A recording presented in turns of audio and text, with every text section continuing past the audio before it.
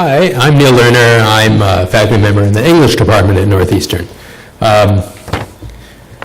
When we were given the task of trying to articulate our process for choosing text for our students, I realized I hadn't really thought about it much, and that let me reveal the truth is that I don't think I have a very repeatable process. I think I'm somewhat random, but when I tried to think about what I really go through, I focused on this.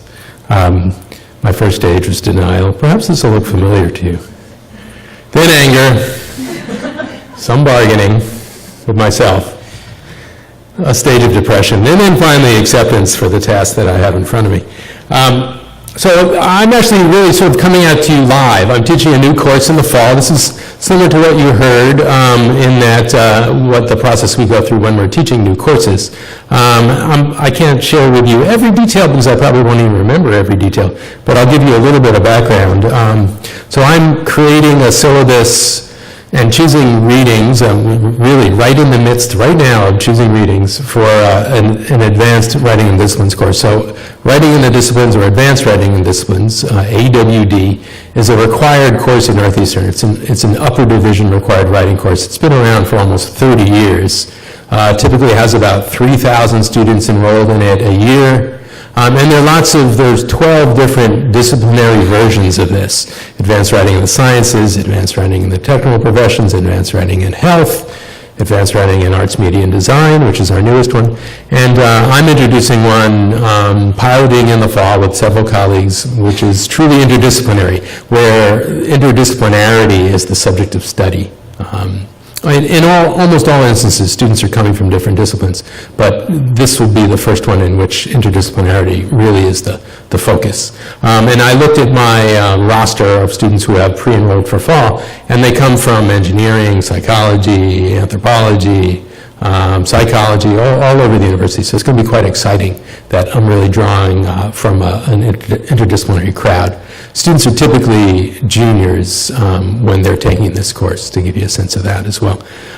So the first thing that happens is to, similarly, I look online, cast emails out into the great sea of the internet and ask for example syllabi and look for example syllabi. I didn't find a lot.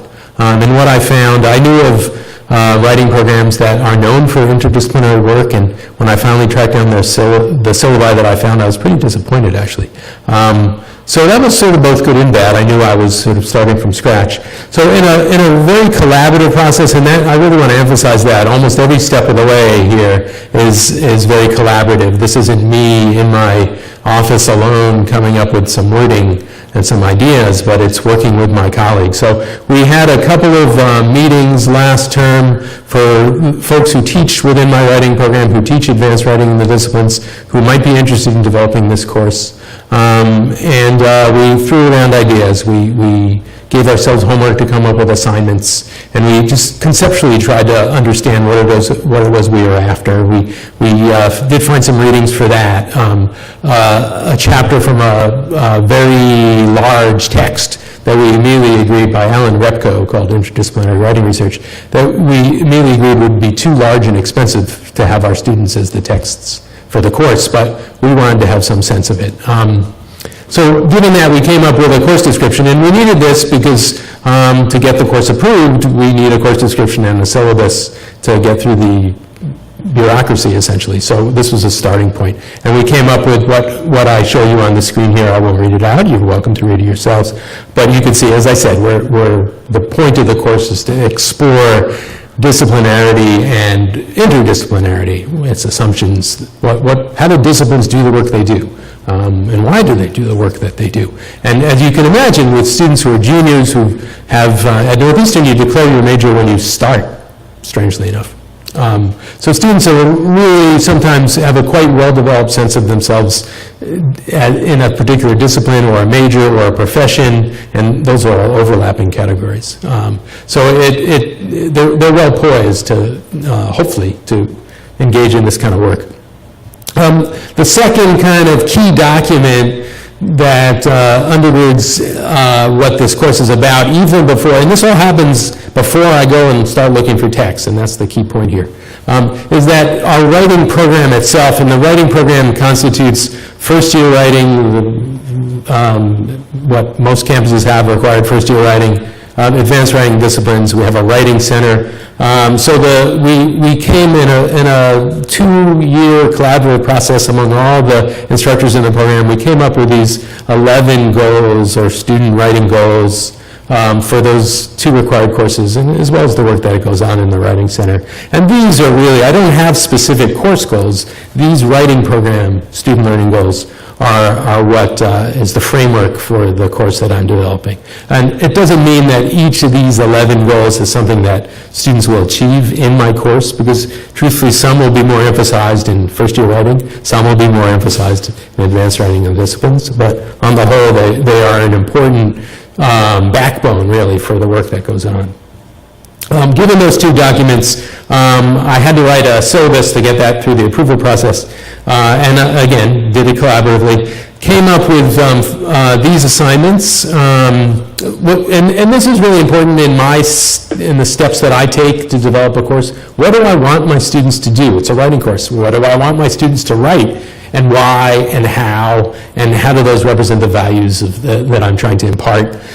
So a little bit on each of these. For the first project, they will try to understand the communicative practices or discourses of their particular fields, their particular discipline, and will engage in a process of interviewing. There will be some library research that's going to be involved with this, looking at what texts circulate in those particular fields. And I should say, this is a key component, that it's not so much me looking for texts in what goes on in this course, but it's students looking for readings, looking for texts, working with our librarians and our library tools to do that. And so each of these assignments has a component of involving students looking for texts. So the second one, in which they're going to look at a single text that seems somehow representative or interesting in their field, and look at how it does the work that it does, or what its rhetorical properties are.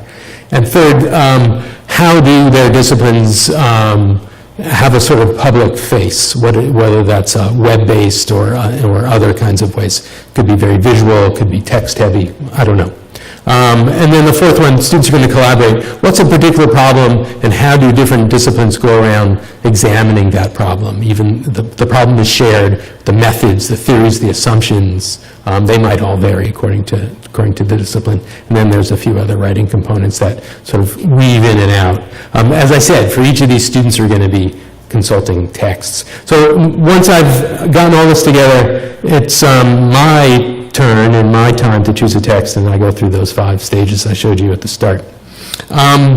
So my summer reading as well is a couple of books. I've decided, I'm not sure I can tell you my reasoning for this other than convenience maybe, that I want a single text, maybe not a textbook, but if I can find a textbook, that's fine. The issue, as you heard, is texts are written not towards students often. If it's a text about interdisciplinarity, it's written for researchers and academics. So there's the issue of finding something that's going to be accessible for my students. Also, cost is a major factor. As I said, the Alan Repko text just costs too much. And I have 3 texts. One of my favorite, Google Scholar, and then actually the most recent text that I purchased, I was buying a bicycle part on Amazon because I buy a lot of bicycle parts, and it was one of those, based on your recent purchase, their algorithm, you might like, and I saw, because I had bought a book about interdisciplinarity there, and you might like this book, and that led me on a little trail, and I found something that I actually bought, and I will read over the summer. Looks very promising for my students' text. I want to also give you a little bit of sense of not simply my idiosyncratic process, but what I've learned from students about how they engage with reading material, how they find, how they make meaning from reading material. So I just want to share very briefly some research that I'm engaged in with 2 colleagues at 2 other institutions. So what our work is called is the Meaningful Writing Project, and if you want to learn more about it, you can go to our website. Three phases, as you could see. So we surveyed seniors at our three institutions. The three institutions are Northeastern, University of Oklahoma, and St. John's University in Queens, New York. Three fairly different institutions. We asked seniors what is a pretty logical question, but in my field it doesn't seem to get asked very much, which is, what was your most meaningful writing project that you completed as an undergraduate, and why? I'll show you the survey in a second. Once we had conducted that survey, and we had about 700 or so responses, we then did 30 or so follow-up interviews with seniors. And then the third phase, which we're just now completing, is we asked who their instructors were and when they took the course and what the course was and all the rest.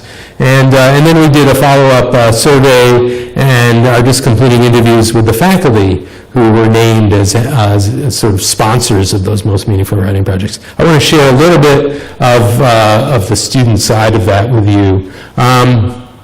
This is just from the survey. As I said, the heart of it was, describe the writing project you found meaningful, and what made that project meaningful for you. So once we had the answers to 1.2, what made that project meaningful for you, we had to, my co-researchers and I, make sense. We had to code those responses.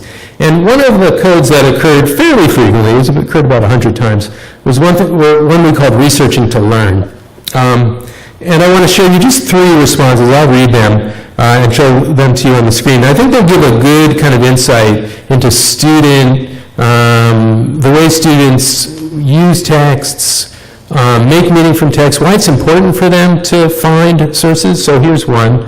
The project was a multilingual assimilation of information from both primary and secondary sources that resulted in an historic evolution of the female experience from pre-Columbian Aztec society through the era of Spanish colonialism. It was a way to illustrate the overall structure change in Mexican governance and hierarchy in Mexico, parallel to the increase of Western domination over all areas of life. One thing to note about that is this was in response to why was that project meaningful? And she named the content as well as some of the work she had to do, the fact that she had to research this content. The second one, the project helped me to familiarize myself with the databases available to engineers for research. The projects also helped me to explore how research papers are presented in industry.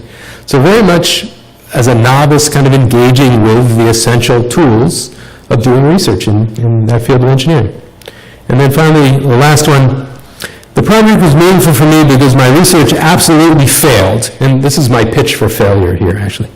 I had been hoping to find information about the types of music from ancient Egyptian culture, but instead discovered that nothing had been preserved aside from secondary indicators, such as artwork and instruments, that would have provided any structural significance.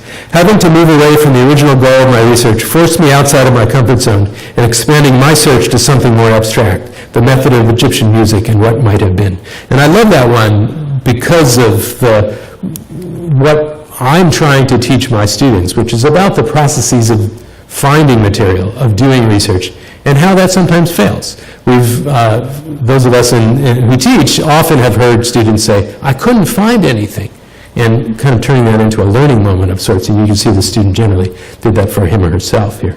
And then my final pitch is just, I think it's almost a little bit funny actually to ask me about how I find text for my students. I think even more meaningful perhaps would be to ask my students. And so that's the information I'm trying to convey to you here. So thank you, and I'll take any quick questions.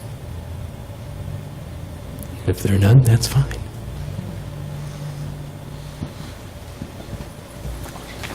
Okay, thanks, Neal.